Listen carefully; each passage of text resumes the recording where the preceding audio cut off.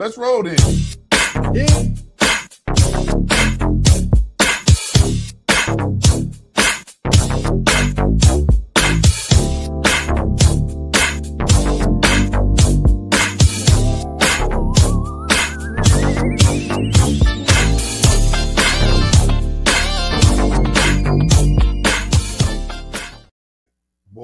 Boy. Welcome to Let's Talk Nation, and y'all in for a show tonight.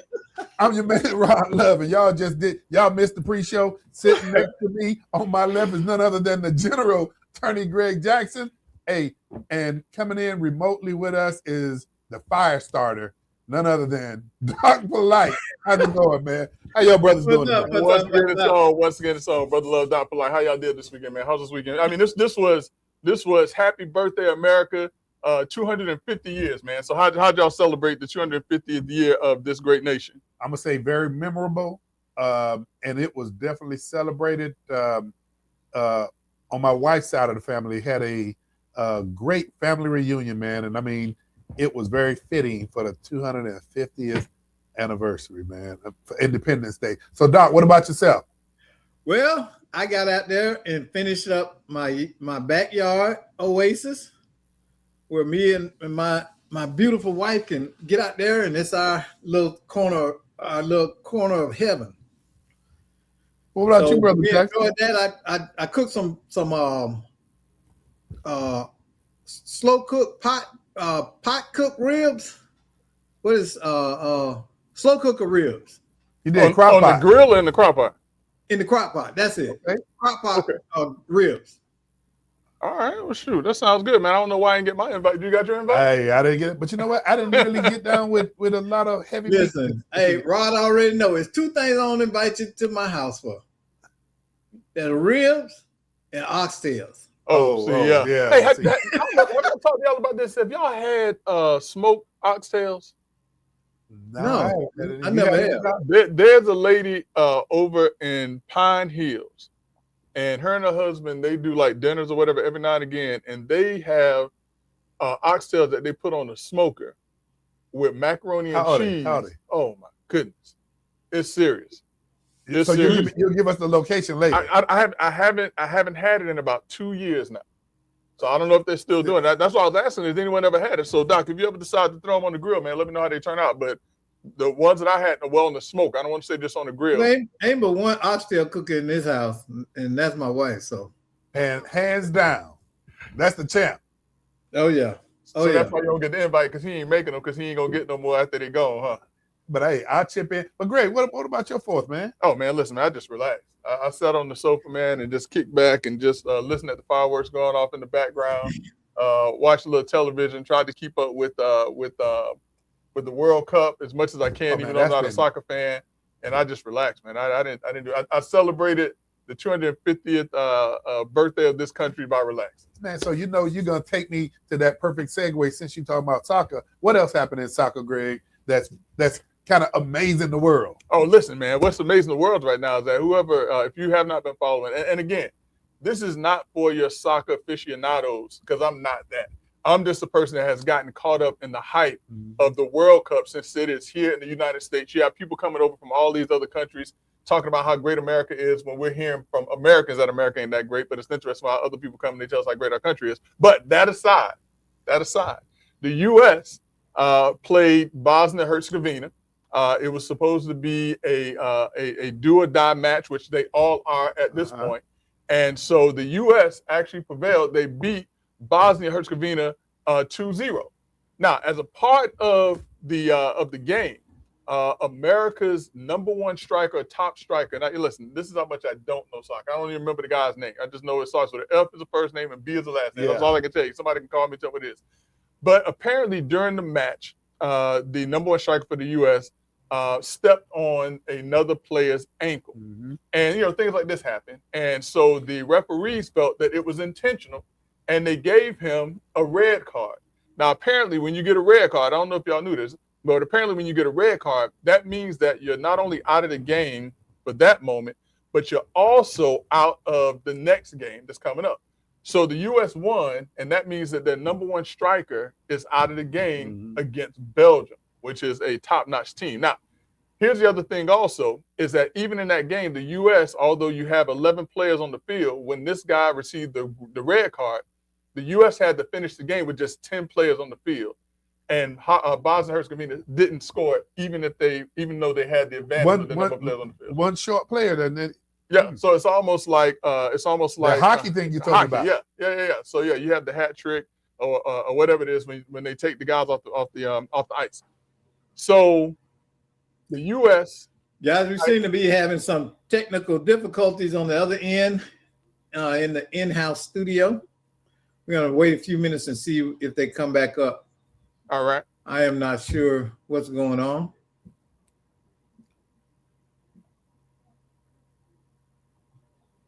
I just found that to be fascinating because you hit me to the hockey piece, where if you get sent to the penalty box, you got one less player right there. And but then the thing with hockey though is that they're only off the ice, depending on how bad the offense is, from anywhere from 2 minutes to 5 minutes.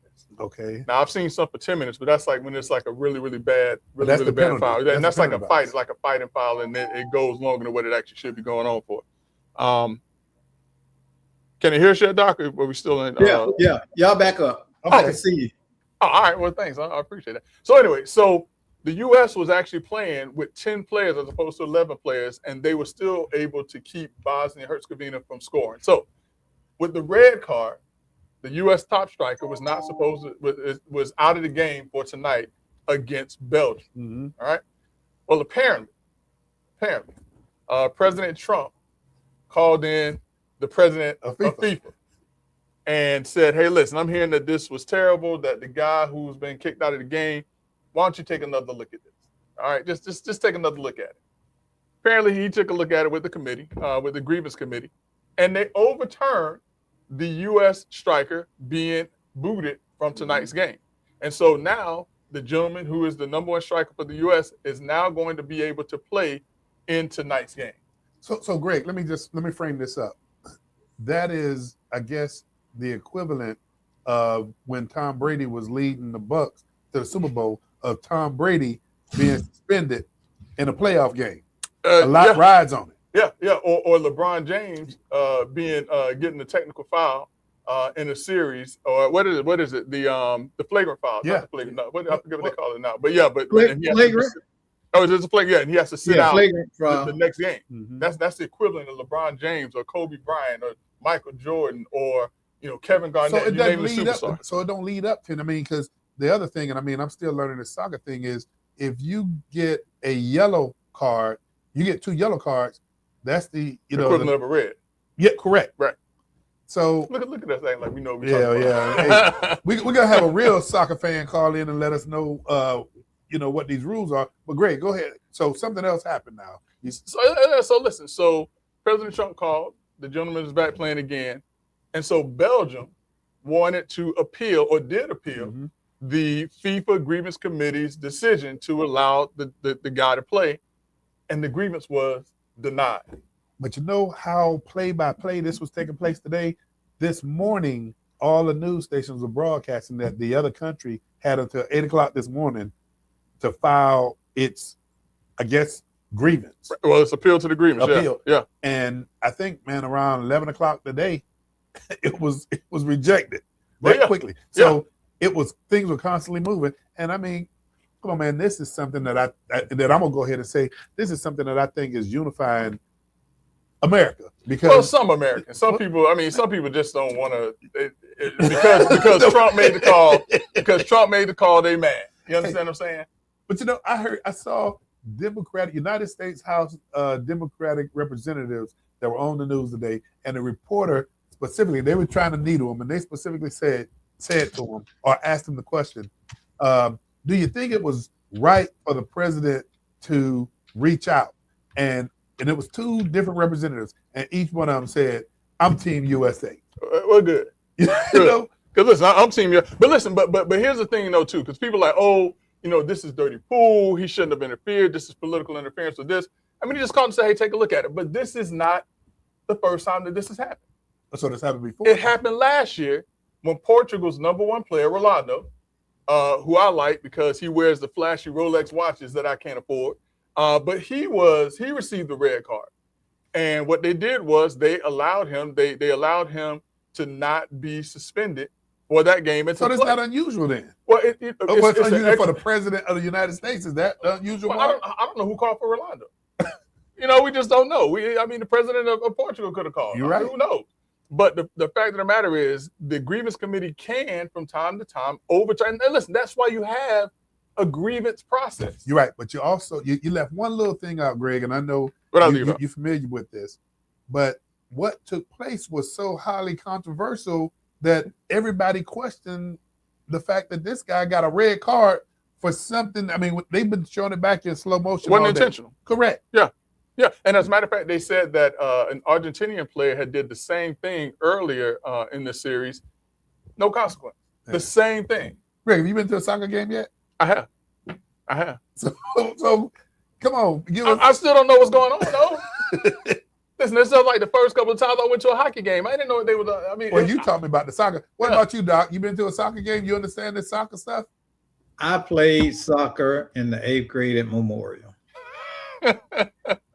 And I haven't been interested in soccer since. Well, I tell you, I went to Orlando. And I know there's a fullback, strikers, a center halfback, the goalie, and forwards.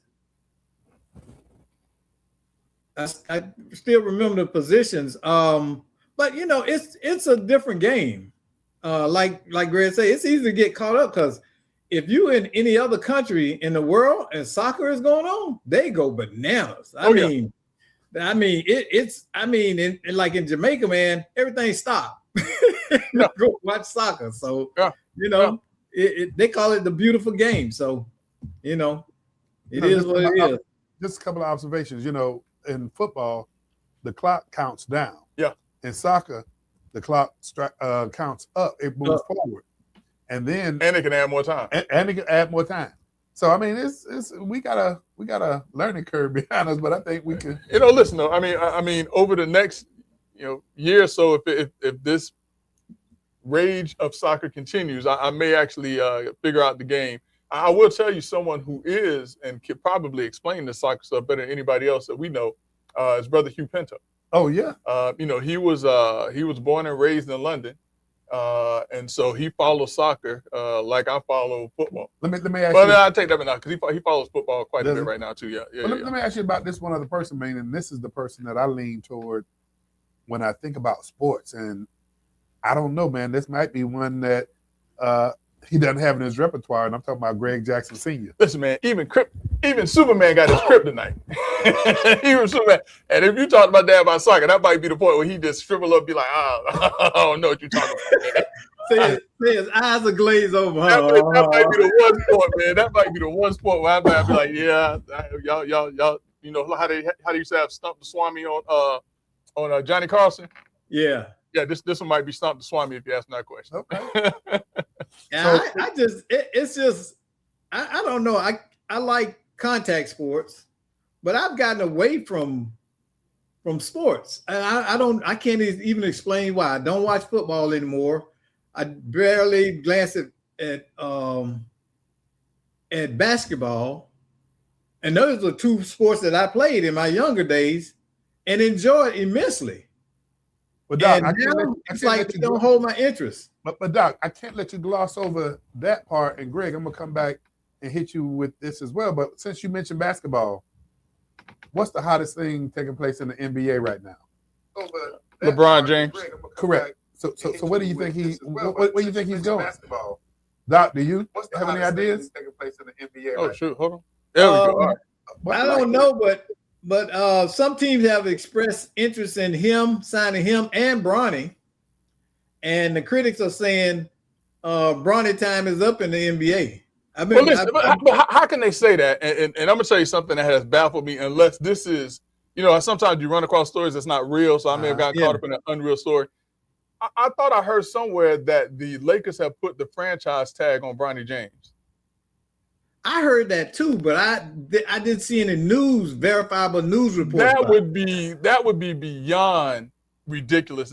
That's just me personally, and it's nothing against the young man. I listen. He's done more in basketball than I will ever do, but I don't think that this kid is a franchise player. That's just me. Well, Doc, because Greg just brought something up, man. Can you run the show telephone number at the bottom of the screen? Because we do need to find out what's going on out there. But here's the other thing, and I don't know if both of you realize this. On the same day that LeBron James announced that he was taking his option year, leaving the Lakers, that Monday, his son's $2.5 million contract with the Lakers, that was the deadline for them to make a move, or his contract was guaranteed. His contract is guaranteed now. So if they cut him, he still gets his $2.5 million. But, I don't understand how he's even in the league. You do understand that. Greg understand. Man, we need Greg Jackson Sr. because if you understand that, Greg. Listen. I don't understand. Hey, get Pops on the line. I don't understand how he is. Get Pops on the line. I understand he is in the league. I don't understand how he's in the league. You know what? And Greg is right. He is not, at best, he's barely G League. Man, look at this college. I mean, that's the real. I don't disagree. I don't disagree with y'all. But here's the thing: he was drafted at. He was the 58th or it was they ran a history research on it, and there's only 2 players that actually survived in the league being picked 58th in the draft. Mm-hmm. And Bronny, I mean, come on. The reason why he's in the league is because of his dad. And I mean, I understand it. But listen, sometimes when you call in favors like that, you set your kids up for failure. Yeah. That's why Jordan, that's why Jordan wouldn't do that. He let his sons, he was like, hell no, they got to make it on their own. And he didn't go to bat and say, hey, y'all better put my son Marcus in the league. He went and tried out, and people were like, no, you garbage. You game garbage. Yeah, you ain't your dad. You know okay. On the same premise that you and Greg talking about, and I don't disagree with y'all because I'm making the case that based on where he was drafted, he really, by all means, not supposed to be in the league. But here's where Doc said it best. He's not even a G League player because we saw when he even played in the G League, he wasn't dominant in the G League.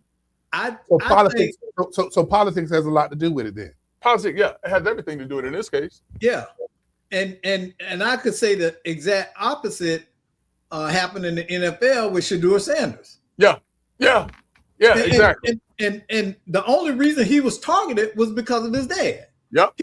He should have went earlier than he did. I'm not saying that he's a top tier player. I'm not saying that. But he's not a fifth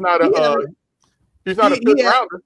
Yeah. No. He definitely went a fifth rounder. But he has enough talent to play this game and be effective. I think Doc said because of his dad. I think 2 reasons. 1, because of his dad, but then 2, the Sanders brand is larger than life. Well, no. Let's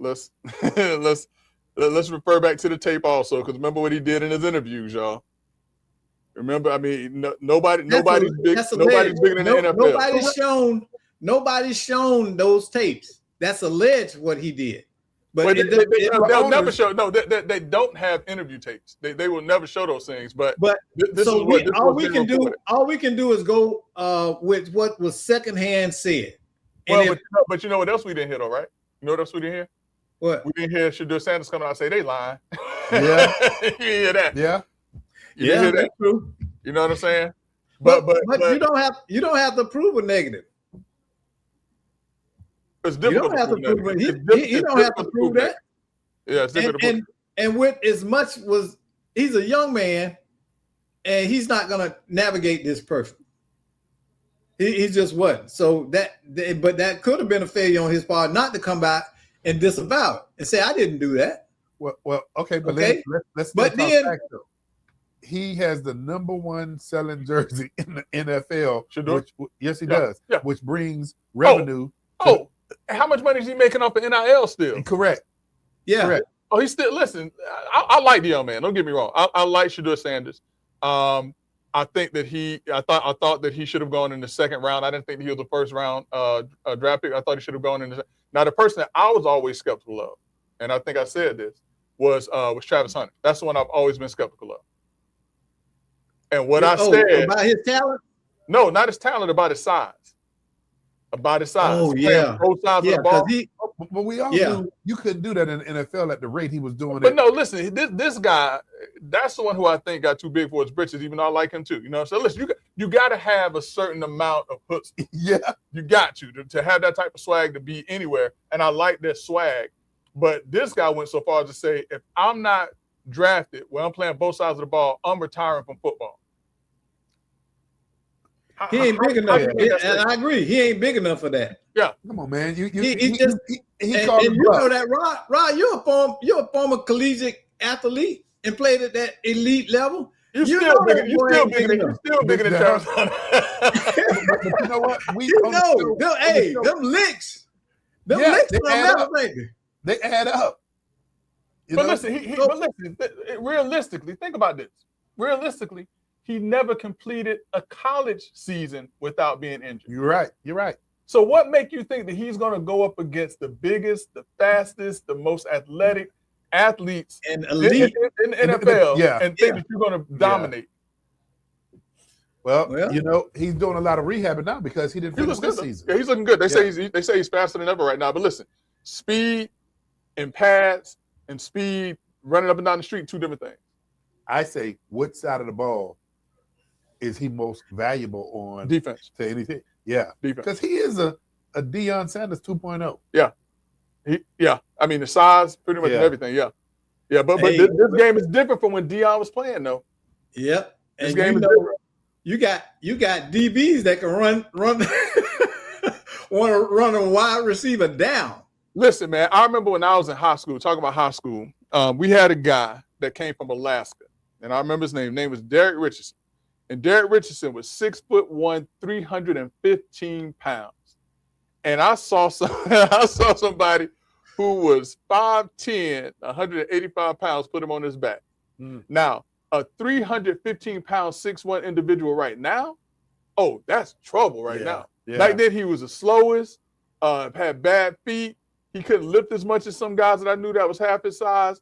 But nowadays, 315 pounds, 6'1", 6'2", 6'5". I mean, these guys are getting up to 6'9", 6'7". These are some monster cats that are athletic as heck. But Greg, to your exact point is, Greg, this guy leaves college, and he's Division I college. Yeah. But then when you go to NFL, everybody, well, not everybody Division I, but that's that level superior, of talent. Yeah, that level of talent. Man, I'm thinking back, you know, when I left high school, man, and you know, I came out during the Melvin Bratt and Alonzo Highsmith days, where on the other side of the ball, man, I mean, you had fast guys, but I was faster. Right. Then when I went to college, I thought I was still in that lane to be faster than my opponents. Man, no. I mean, not only was everybody fast, but they had. Hey, you faithful? Yeah. Hey, you faithful, huh? Hey, man, I put my head down, you know, going to college as a freshman, and I just thought I was going to take a regular blow. That's the first time in my life I saw stars. So, yeah, you're right. Different level of competition. Yeah, and so just imagine when you take that level and multiply by 3. And not to mention, you know, some of those, what do you call it, enhancers that those guys are taking in the league too. But they can't take that now, man. That's what you say. Yeah. They can't. The doping thing is different now. Yeah, they can't. Oh, it's more sophisticated, is what you're saying. They're doing a lot of what do you call it? Synthetic things that are undetectable, like compound pharmacy. It's one guy in the off season that spends $1 million on conditioning his body. I saw that, and his personnel. Yeah, I saw that. Yeah, he invests. He said this is his investment. He's investing in his career. That's good. Listen, man, that's good. And because of that, he's been able to play past where he is. I think he's in his 30s, right? Didn't the article say like in his mid-30s, almost in his mid-30s, somewhere? Yeah. But you know who else did that? Russell, who played for Denver. Then he went to Pittsburgh. You're talking about Russell Wilson? Yeah, Russell Wilson did that, but then when he went to Pittsburgh, Pittsburgh said, "You're not coming in here with this, with this regime, with his regime." But listen though, I mean, but if we continue to make the comparison with today's game from the days past or the years past, man, think about this. Back in the 60s, 70s, and even up to the 80s to some extent, a lot of the guys who played pro ball on the offseason, they would be like used car salesmen, selling insurance. I mean, they weren't doing what these guys are doing in the offseason, like investing $1 million or investing in year-round, keeping their bodies ready and fit in that top performing condition. But because in the 70s and 80s, a lot of players got into car dealerships. Yeah, remember? Right, because they were used car dealers at side. Well, they sold cars on the side. But what about the other side? And they hired the other players and stuff, and but what about the other side that the CTE aspect of it? It was bad back then. And then you're looking at equipment and things. Great, just imagine if you go way back when they had leather helmets. Man, you talking about the Jim Thorpe days? Did y'all see that William Refrigerator Perry passed? No, when did that happen? Recent? Yeah. Oh wow. I think it was recent. Listen, man, that's another guy. William, he was what, 6'5", 360? 3. He also played running back too. The Super Bowl game. Yeah. They dubbed him at that time the world's largest running back. But I will also tell you the fridge. The fridge. Some sad commentary over the weekend or last week, and I don't know if y'all saw it, where who was the guy played for he's a commentator on Good Morning America. Did he play for the Giants or the Jets? He was a lineman. He did an interview of Chad. Played running back for the Titans. Chad Johnson. Was it Chad Johnson? Yeah, who now has MS. Okay, scratch that. The fridge still living.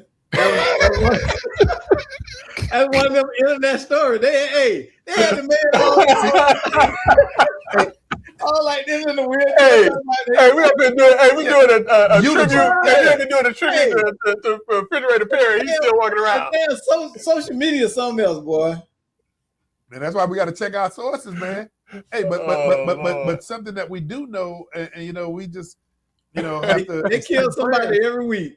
They kill somebody off every week. Yeah.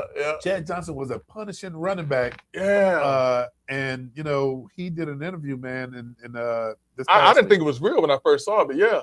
Man. Have you seen it, Doc? What's that? Chad Johnson, the running back. Yeah. I watched the interview when it first came out. I can't watch it, man. I'm saying I can't watch it. I can't watch it. And I'm like, wow. I didn't know of him as a player. Oh, I knew him, man. Punishing. Oh, yeah. But he put in mind of somewhat of Eddie George. Yeah, because George played for the Titans too. But that's why he reminded me so much of him, because I was like, they're trying to go and get them another Eddie George, and he was a punishing running back. Man, and now I mean he said that. I saw where people were trying to connect his ALS to football. Oh, it's but ALS. that's not Lou Gehrig's disease. Yeah, my bad. Yeah, I thought it was MS. Yeah, it's ALS, and ALS doesn't work that way. It just doesn't. Yeah, and it's a degenerative disease of the motor muscles or something like that. Yeah, and that's why he's paralyzed, because the only thing he can move now is his eyes, and he's adapted and learned. But this has just been a year. What was it that was that what Stephen Hawking had? No, he had Hawkins had he was a scientist, right? Yeah. I think he had MS. Okay. It's another one. It's another disease that does that to the body. I can't think of it. Yeah, one attacks the nervous system, one attacks the musculature, or something like that, man. But yeah, it's sad, man, to see, and I mean, he said, listen, my mind still works, but my body isn't. Yeah. And that's just sad to watch, man. That's sad to watch. Man. He did have ALS. I was thinking, because I mean, okay, so Stephen Hawking, Yeah, So we he know had it, ALS and I too. only say that, unfortunately, I only say that because we kind of know what he's headed for. Yeah. But you know, I mean, listen, Stephen Hawking lived the rest of his life, but remember, he got to the point where he couldn't speak. And didn't what did Richard Pryor have? Shoot, I don't know. Now, he You may have bring had up, MS. yeah, Yeah, I don't know if it was ALS. let me look it Right, up. I don't know. Hey, but you know what? There's no good way to move to the next topic here, and the next topic is right now highly controversial, but not for homeowners, in my opinion. Yeah. And, and Greg, you got it. You got it immediately. I know you're talking about. So I mean, because we've been talking about this topic now for about 2 weeks. absolutely. So Greg, had Frank. special guests to come in. So the topic we're talking about is the fact that Florida property tax reform, and Greg, you mentioned that it did make the ballot. It looks like it's going to be making it to the ballot for voters to decide in November about whether or not citizens want to do away with property taxes. So Greg, what people are asking, what does that mean?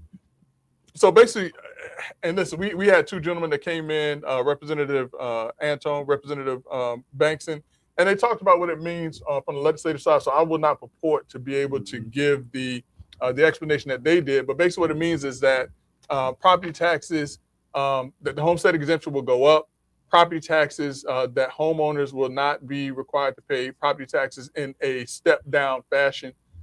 And so without having to pay property taxes, which sounds great, sounds awesome, but what that does is it takes away money from municipalities in order to address infrastructure needs and things of that nature.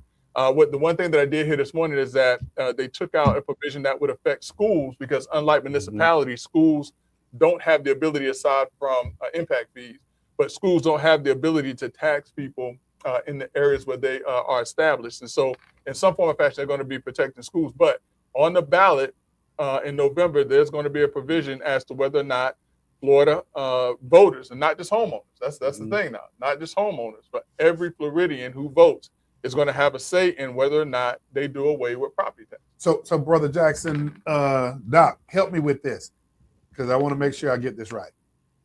Let's say you got a $500,000 home. As it stands today, your homestead tax exemption is $50,000, right? That's right.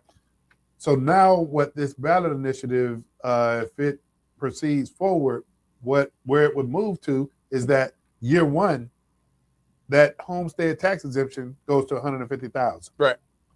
Year two, it goes to $250,000. So now if you got a $500,000 home, you're only paying taxes on $250,000 of that home, correct? Mm-hmm. That's right.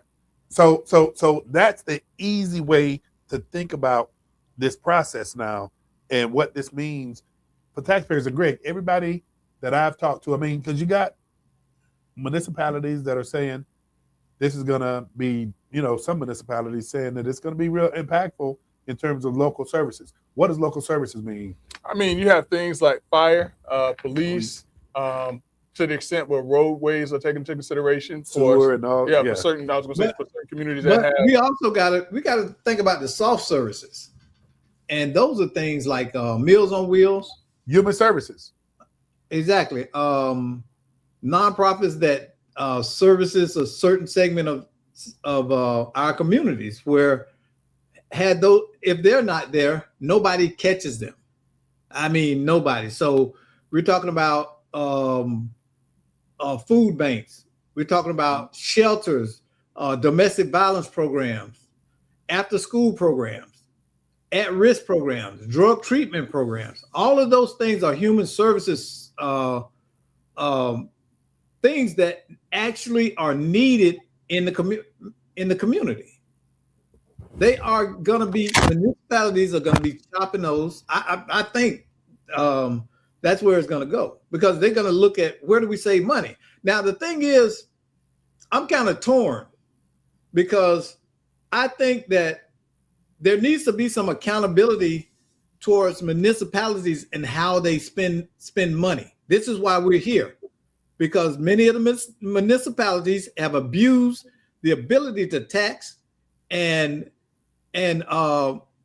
get money, and they just writing blank checks. Okay. They bad as when the Pentagon was paying $50,000 for a gold toilet, and things like that.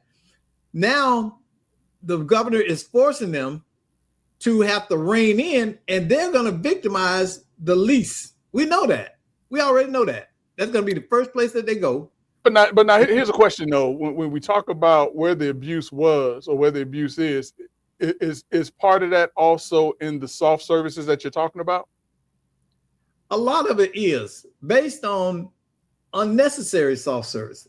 Well, and then based on also that there are times when there are organizations that are getting those monies that I think certain other organizations that are better equipped to deal with a community's needs is not getting the money to do the services that are needed.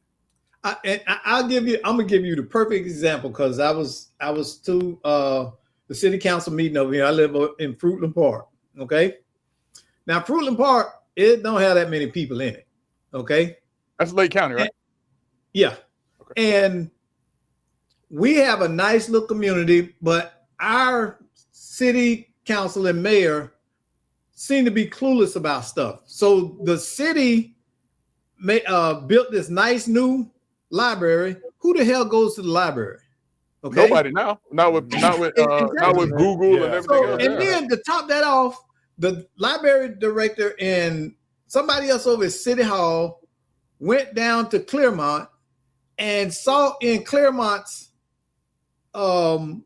library they had a cafeteria. So guess what they did? They came up here and put a cafeteria in there that is costing the city at least $50,000 a year to run. It's unnecessary. And that's the kind of stuff. Monkey see, monkey do. Oh, because they got a cafeteria, we need a cafeteria. It's stuff like that that does not make sense. But now let me ask this question, because what if instead of a cafeteria, it was a coffee shop? Do you think that would work in that type of setting? No, because listen, the clientele is not there to support that.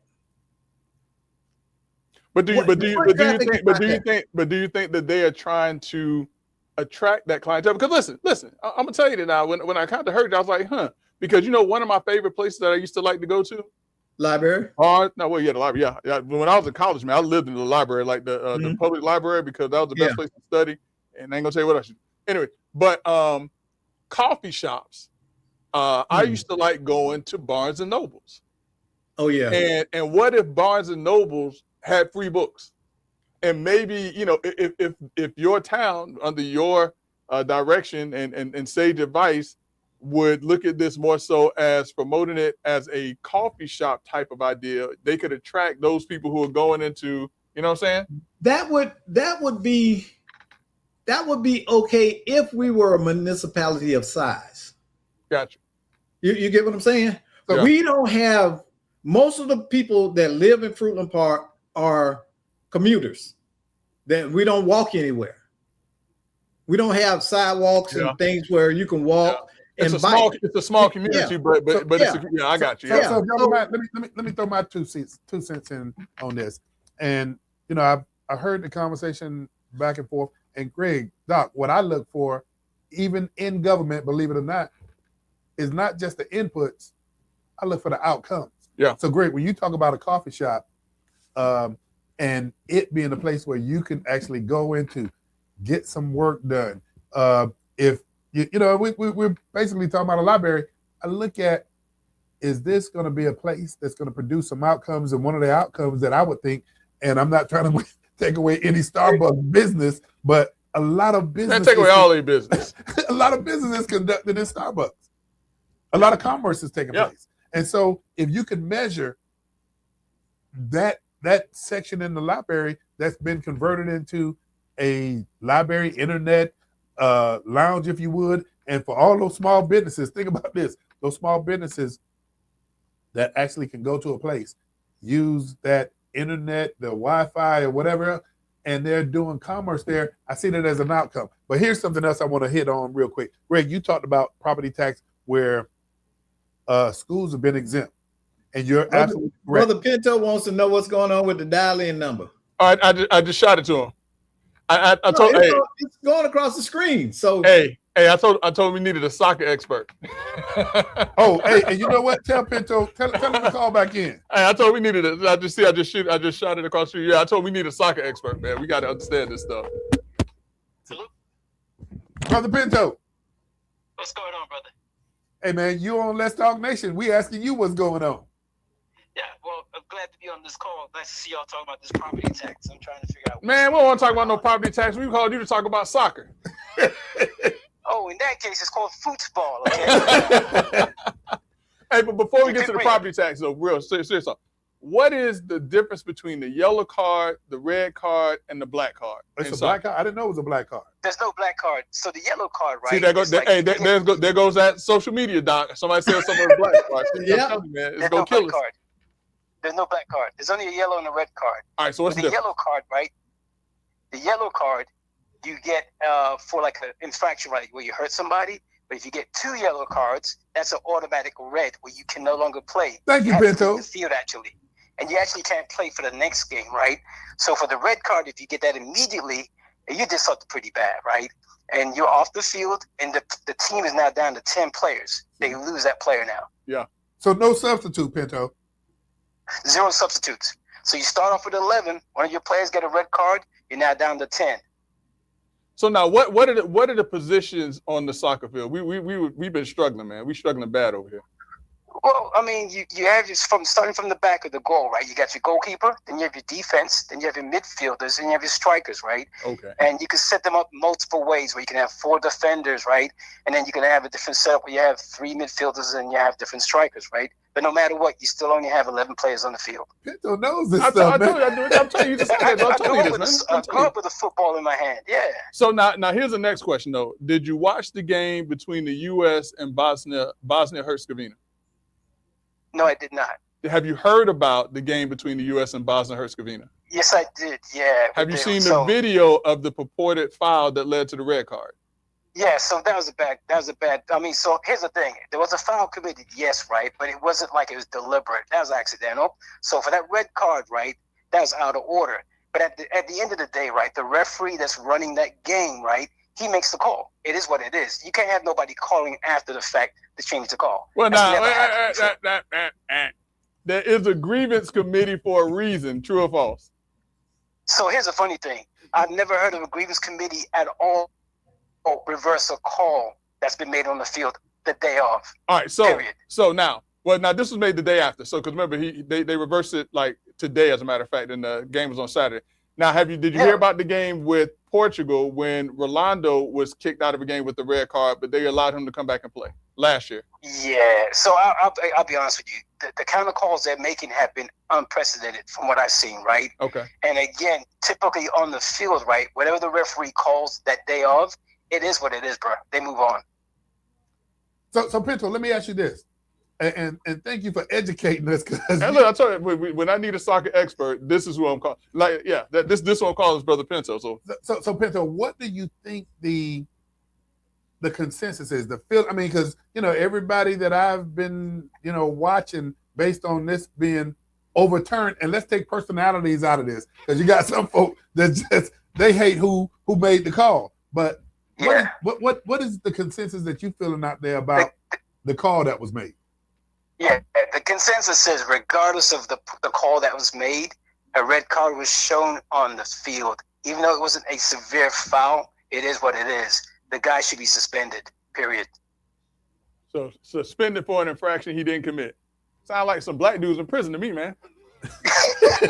Hey, Pinto. No, but you know what, though? But here's the thing, though, bro. There are some calls that are so crazy, right, that, the day of, there's 2 things that you play on the field, right? You're playing the opponents, and sometimes you got to play the referee, right? Okay. So it's a bad call. And, I got bad calls when I played football too, right? But at the end of the day, you just move on beyond that, and you just have to play against the team and play against the referee. That's how you're going to win. Hey, Pinto, let me ask you. The guy who originally got suspended, and Greg, I forget his name. I can't remember his name. Yeah. But it's like Baloo or something. That's okay. Yeah. Is he that caliber of a player that's a game changer? Well, for the U.S. team, yes, obviously. Yes, I would say so. Okay, well, hey. All right, well, listen, though, Brother Pinto, since you've been so kind to discuss soccer with us, man, what you want to talk about? You called us about property taxes. No, you know what? I'm good because I'd rather talk about soccer anyway. Hey, Pinto say he good. I appreciate you guys. Hey, Pinto, I got to say this to you, and your frat brother that's sitting to my left, and I know Doc would agree with me, but, man, got to take our hats off to, man, what your fraternity Alpha. Go ahead, Greg. Your Alpha. No, you better get it right. You said, hey, he's sitting too close to get it wrong, Brother Pinto. Hey, Brother Pinto. Alpha Phi Alpha. Alpha Phi Alpha. Hey, but the work that y'all doing, man, out in the community, man, because we've done a couple of barbershop. We got to get back to that too, though. But I was just getting ready to say that it's time for another barbershop. Show, because that is very very enlightening because you get so many different viewpoints. Yeah. And Pinto and them, the last one was like, poof. Yeah, with the young men. Yeah, the young men that they brought in. Yeah, heck yeah. But it comes back down to. Go ahead, Pinto. Stay tuned. We'll be doing some more. Trust me. We're going to meet as a committee tomorrow, and we'll be doing some more things throughout the community, right? And we're actually extended into Lake County and Osceola County too. Wow. So there's a lot of work to be done. And again, being nonpartisan, but just trying to give people the right angle and the opportunity to get out there and vote.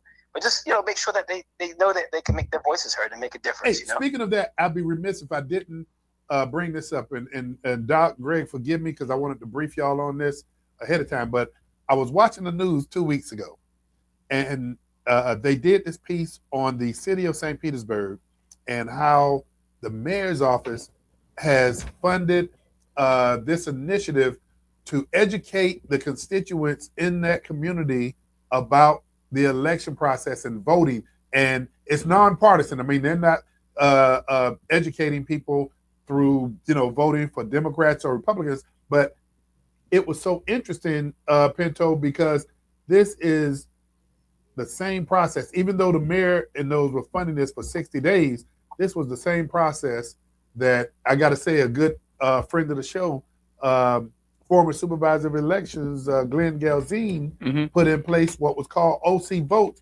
that was funding organizations like your fraternity, faith-based organizations, civic organizations, and it wasn't funding them for 60 days. It was funding them for the entire year, and it had different levels of funding, but it was funding it so that throughout the year you can educate people about the election process, your precincts, a whole assortment of things about bringing your identification so you don't run into certain problems, reporting to the correct precinct. I mean, information, man, that was just incredible. And that's going right now. And I say this for a reason. That was before its time. Now the city of St. Petersburg has picked it up, and it's not in the same format that we were looking at doing it here in Orange County. It's for 60 days. But Pinto, I just got to come back and say again what y'all fraternity is doing, and I know some other fraternities are engaged, sororities. Man, just got to take our hats off to you guys, and please keep up the great work. I mean, listen, the Divine Nine is very connected to the community in their various respects. I mean, Alpha Phi Alpha, Omega Psi Phi, Kappa Alpha Psi, Phi Beta Sigma, Delta Sigma Theta, Alpha Kappa Alpha, Gamma Sigma Rho, Zeta Phi Beta. They're all in their own way doing great work in the community. I mean, I'm an Alpha, and of course I'm gonna promote, and I'm gonna shout on the hilltop of Alpha. But they're all doing their part, to be impactful in the communities where we live and where we serve. What you got, Doc? Let me throw a curveball in here because me and Rod, we go at it sometime. And one of the things I said to Rod today was, we have Black leadership, okay? And now we got organizations out there like Brother Pinto, who is in fact they're out there for all, to educate all voters. That's the aim of voter registration outreach, is to educate all voters. So it's not partisan. But let's dial back and talk about us, because we're a certain hue. And this is the thing I said to Rod. I said, we have Black leadership, but where the hell are they leading us? And Doc, on that note, I'll say this, because you and I, we had a great conversation, and I think this is no different than what we talk about any other time. And we got to look at voting our interests. It needs to be a colorblind process. Do we want to see, representation in our community? I want to see it if it's going to positively impact communities that we live in. And so, Doc, I understand your point. And we're not going to point out some of those communities. And I want to expand it further. Did y'all see the brouhaha about India Ari in Young Miami? Oh yeah. And, I want to speak to that because it's kind of connected. When your community doesn't want to be led, you got to lay it out, man. Because now that we know what you're talking about, but let's talk nation. All right, you lay it out. Spin that. So India Ari made a comment about the Spin That song and how it is degrading and problematic in addressing how Black women behave. It's glorifying robbery and boosting and twerking and all this stuff going to get your money in the strip club. And the internet went after India Ari, saying she out of touch and mind her own business, all this stuff. And I was like, she's right. There is a segment of our community that sadly does not want to be led. They don't want to be centered or anchored in what moves us forward. They're just out there trying to do whatever they want. And when you try to reach out to them, when you try to give them some guidance, this is the snapback that we get. This is why I quit talking to young people. I don't mess with them anymore. But this is the problem though, because the people who rushed to Young Miami's defense weren't young people. You're talking about people that's our age. You're talking about Trick Daddy, and you're talking about Uncle Luke. Yeah, well, they were the most vocal that I've seen. They're the most vocal that I've seen. Yeah, but a lot of the young people on TikTok and what I saw were telling her, "Shut up, you old auntie." Listen, young people talk to us like that. So but my disappointment was the older heads that were getting on to India Ari for saying, "Hey, listen, we need to portray a more positive image." Who our age was saying that? I just told you, Trick Daddy and Uncle Luke. Again, say their names. Man, I ain't gonna say it no more. But listen, listen. I know what you're saying. I'm saying, what their product is. For some reason, Trick Daddy has taken it upon himself to be this voice against Black women for some reason. Because remember what he did at the AKA function. Yeah. And that was total disrespect to an African-American female organization. And for him to be upset because they didn't like what he was saying in this room full of distinguished women. The fact that he is now attacking India Ari and saying, anybody look big and fat and ugly like me shouldn't be saying nothing about these young women, all this other stuff. That's who I'm disappointed in. Well, let me tell you, these young people. Listen, these young people, they gonna. If it was us and somebody said the same thing about NWA, or somebody said something about Run DMC, or somebody said something about whoever the hot rapper was back when we was coming up, I'm gonna be like, man, y'all don't know what y'all talking about. Y'all disconnected. But we talking about the old heads. Who you look for leadership? I don't know if I look for leadership, but I look for them to grow up. But you got Luke that's running for office right now. Huh? Is it? You know that? Yeah. 20th? Is it the 20th?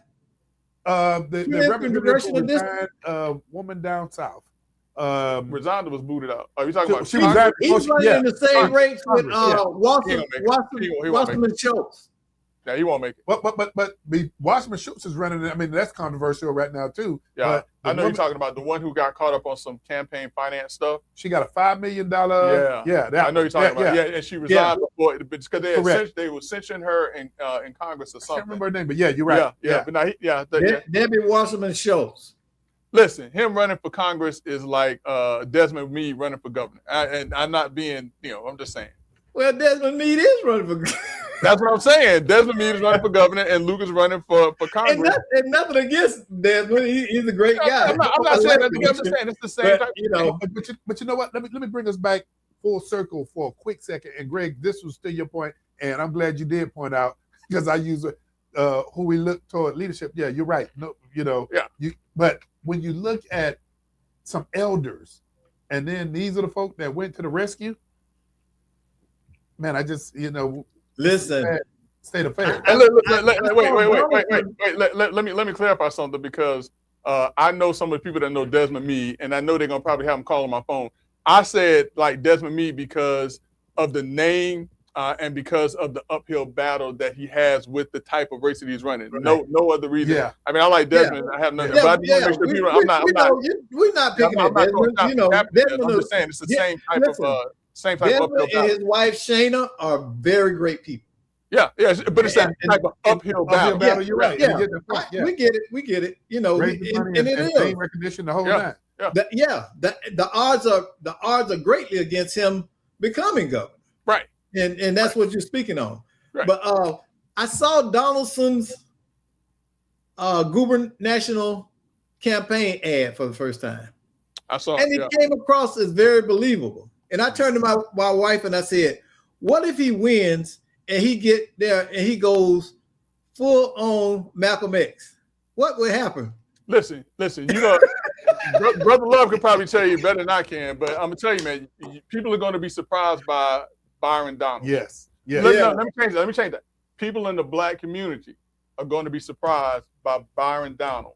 I'm telling you right now, man. I had a chance to sit with him and 17 other men in a room. It was just us, and I'm telling you, the way that he talks, people are going to be surprised. I'm just going to tell you that.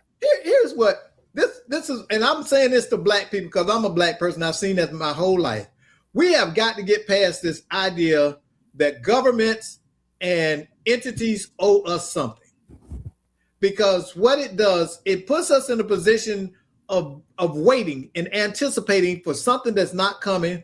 And in that waiting, we lose momentum. We can go out there and start creating for ourselves, but we continue to wait for government to come in and solve the problem, or a program to solve the problem, or someone else other than us to solve the problem. And we've got to combat that mindset in our community. That's one of the biggest obstacles we have to organizing. But Doc, to your point, and I'm gonna just say this real quick, Greg, you're absolutely right. Sitting in that room with Congressman Donalds, you got a totally different perspective. But Doc, to your point, and I like where you're going on this, but I do believe, man, that when you have individuals in leadership in government, they have to know what if is government going to be used as a tool, or does government take the lead? And I mean, I've been in spaces and places where government had its place. Its place was to be the tool so that the private sector and other economics continue to roll. But it also has a place where, when you talked about, Doc, the resources for human services in communities, when we talk about local governments and we talk about state government, I do believe there's a role, but I also believe that role needs to be shared. But no, listen, I believe that in its purest sense, in government, when we talk about government, government is the leveling of the playing field.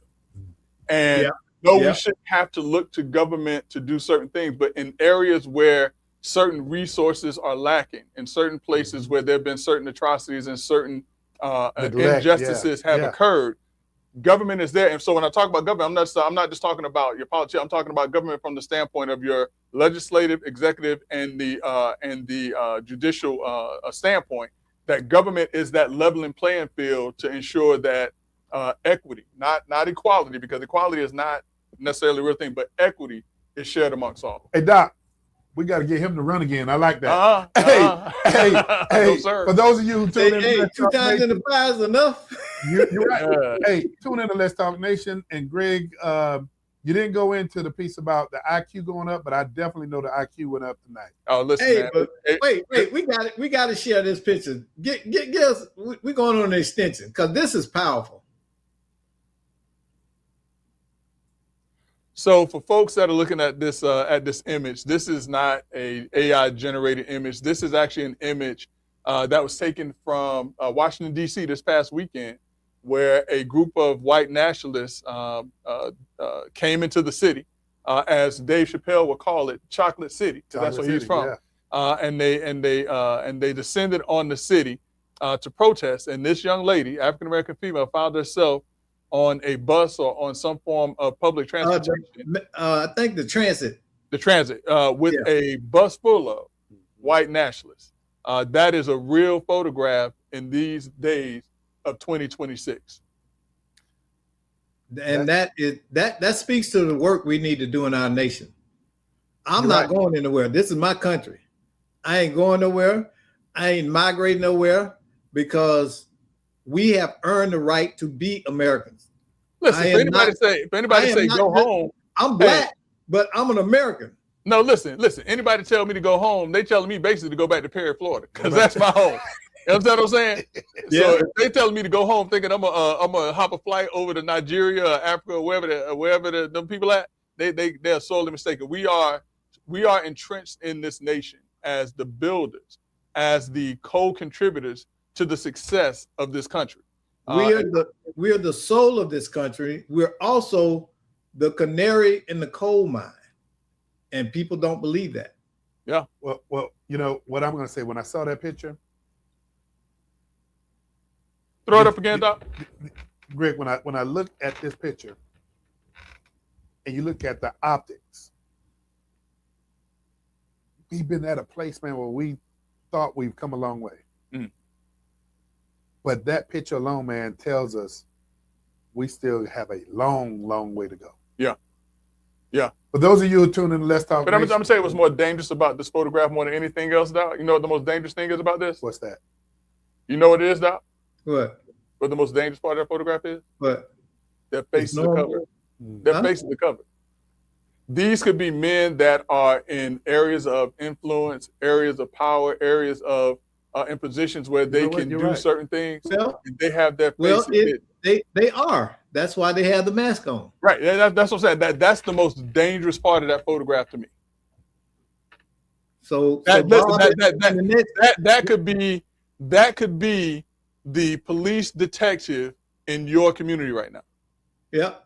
That could be the doctor. Listen, that could be the doctor that's operating on your loved one in that picture right there. Yep. Or Bob in the next cubicle, and you ask him what he did this weekend. Oh, I rode the bus. you know what? Yeah. I celebrated in a way I never had before. That's Bob. Greg, you made a point, and your point made it scary too. Mm-hmm. That's dangerous. That's the dangerous. But you know what? And MLK, and I can't quote the saying exactly, but it talked about silence. Mm. And the worst thing that we can do is be silent when you see what's taking place. Hey, tune in to Let's Talk Nation next week. Join us, and we're not going to leave you down on a downbeat. Brother Jackson, Doc, y'all don't have to go home, but you must return next week so that we can continue to raise our voice. No. You got to get out of here. You got to get out of here. We'll see y'all next week on Let's Talk Nation.